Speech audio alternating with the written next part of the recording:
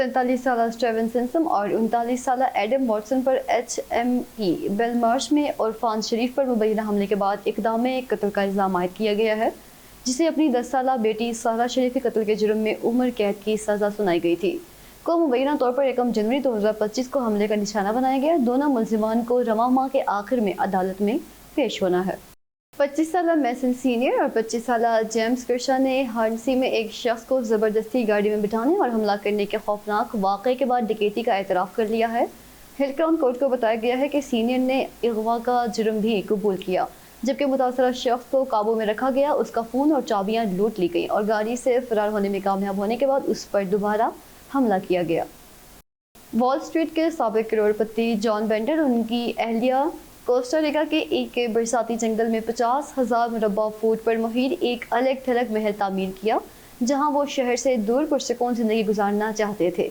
लेकिन उनका ख्वाब 2010 में एक सानहे में बदल गया, जब जॉन अपने बिस्तर पर गोली लगने से मुर्दा पाए गए, जिसके बाद कोस्टा रिका के सबसे पेचीदा और तवील अरसे से जारी कत्ल के मामलों में से एक का आगाज़ हुआ। ओल्डम से ताल्लुक़ रखने वाले 36 साल एंड्रयू मोर को क्लास ए मनशियात की सप्लाई की साजिश का एतराफ़ करने के बाद 12 साल कैद की सज़ा सुनाई गई है। तफ्तीशकारों के मुताबिक वो मुनज़्ज़म जुराइम पेशा गिरोहों के लिए 120 किलोग्राम से ज़्यादा कोकेन मुंतकिल करता था और इसे गाड़ियाँ इस्तेमाल करता था जिनमें खुफिया खाने बनाए गए थे।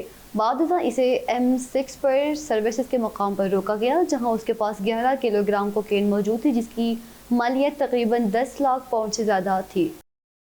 38 साल कॉयल नेल्सन, जो असल में मानचेस्टर से ताल्लुक़ रखता था, 2024 में जेल से फरार होने और जाली शनाख्तों के जरिए थाईलैंड फरार होने के बाद पकड़ा गया और जेल भेज दिया गया। नेल्सन न्यूयॉर्क से चलने वाली काउंटी लाइन्स मनशियात नेटवर्क की एक अहम शख्सियत था। बाद में वो बरतानिया वापस आया और एक और क्लास ए मनशियात का ऑपरेशन चलाने लगा, इससे पहले कि पुलिस ने उसे तलाश करके गिरफ्तार कर लिया। एक 25 साल शख्स को उस वक्त गिरफ्तार किया गया जब एक चोरी वैन बोल्टन वैगन और चोली में 100 मील फी घंटा तक की रफ्तार से चलाई गई और बाद में एक पैदल क्रॉसिंग पर हादसे का शिकार हो गई। पुलिस के मुताबिक 40 मिनट तक जारी रहने वाले ताक़ुब के दौरान गाड़ी ने सड़क के सामान को नुकसान पहुंचाया, एक पैदल चलने वाले को जान बचाने के लिए भागने पर मजबूर किया और एक साइकिल सवार को मामूली जख्मी कर दिया। ग्लेन रोजल जेल में ही रहेगा क्योंकि हाई कोर्ट ने वो फैसला कलअदम करार दिया है जिसके तहत उसकी रिहाई मुमकिन हो सकती थी। रोजल को 2003 में अपनी अलहदा रहने वाली अहलिया के कत्ल का मुजरिम करार दिया गया था, जिनकी लाश आज तक नहीं मिल सकी। अदालत ने फैसला दिया कि उसके खतरे की सतह इतनी कम नहीं हुई कि इसे महफूज तौर पर रिहा किया जा सके।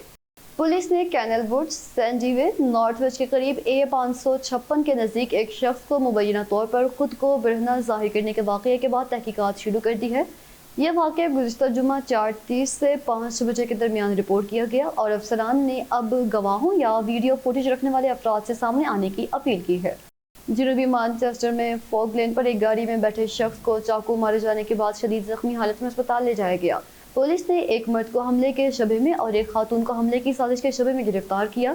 ताहम मजीद तहकीकात जारी रहने के दौरान दोनों को जमानत पर रिहा कर दिया गया है। 61 साल जोली लोगों की शनाख्त उस खातून के तौर पर की गई है जो मोस्टली टेम्साइड में विंटर फोर्ज रोड पर वाक़े एक घर में मुर्दा पाई गई थी।